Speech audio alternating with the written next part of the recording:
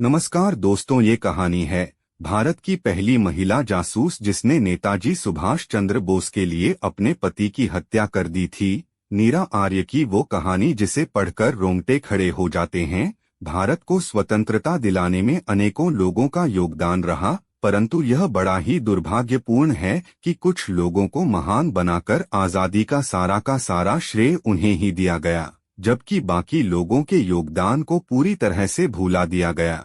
इन नामों में से ही एक नाम है नीरा आर्य, जो न केवल आधुनिक भारतीय इतिहास की एक बहादुर स्वतंत्रता सेनानी थी, बल्कि भारत की पहली महिला जासूस भी थी। और यह नेताजी सुभाष चंद्र बोस की आजाद हिंद फौज से जुड़ी हुई थी। नीरा आर्य का जन्म 5 मार्च 1902 को बागपत जिले के खेकरा नामक नगर में हुआ था। इनके पिताजी का नाम छज्जुमल था और वे खेकरा नगर के बड़े ही प्रभावशाली व्यक्ति हुआ करते थे। कोलकाता में इनके पिताजी के व्यापार का मुख्य केंद्र था, इसलिए नीरा आर्य और इनके भाई बसंत की शिक्षा दीक्षा कोलकाता में हुई थी।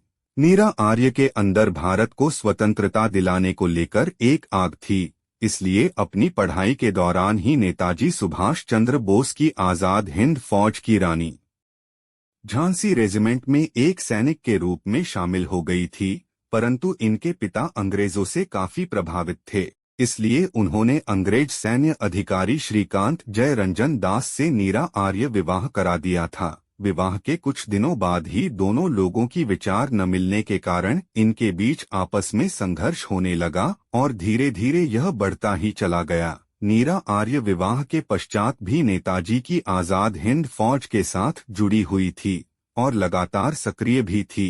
परंतु जब यह बात श्रीकांत को पता चली तब वह बहुत नाराज हुआ और नीरा की जासूसी करने लगा। एक दिन नीरा नेताजी से मिलने के लिए उनके पास जा रही थी, तब श्रीकांत भी उनके पीछे पीछे चला गया और वहां पर जाकर उसने नेताजी पर गोली चला दी। सौभाग्य से इस दौरान नेताजी तो बच गए और गोली उनके ड्राइवर को जा लगी। इसके बाद बात आगे न बढ़ सके और नीरा के बारे में अंग्रेजों के पास सूचना न पहुंच सके, इसलिए उन्होंने अपने पति श्रीकांत, जो कि सीआईडी में एक अधिकारी पद पर था, उसे चाकू से वहीं मौत के घाट उतार दिया। श्रीकांत की हत्या के बाद अंग्रेजों ने इन्हें अंडमान निकोबार की सेल्युलर जेल में भेज दिया, जहां नीरा आर्य को काफी प्रताड़ित किया गया और कहा गया कि सुभाष चंद्र बोस और कांग्रेस की भविष्य की नीतियों के बारे में जानकारी दे दो तो हम तुम्हें छोड़ देंगे। परंतु इन्होंने कुछ नहीं बताया, जिसके चलते इनके स्तन काट दिए गए थे। इसके अलावा नेताजी की सूचना साझा करने के लिए इन्हें रिश्वत देने का प्रयास भी किया गया, परंतु नीरा आर्य राष्ट्र के प्रति एक समर्पित महिला थी, इसलिए इन्होंने ना ही कोई समझौता किया और ना ही किसी प्रकार की जानकारी साझा की। नीरा ने अपने लेख के एक अंश में लिखा है, मेरे साथ एक सरस्वती राजमणि नाम की लड़की भी थी, जो कि बर्मा की रहने वाली थी और उम्र में मुझसे छोटी थी। हम दोनों ने ब्रिटिश अधिकारियों के घरों पर और सैन्य शिविरों में अंदर घुसने के लिए लड़कों की वेशभूषा अपनाई थी, ताकि हम जासूसी कर सकें और नेताजी को जानकारी भेज सके।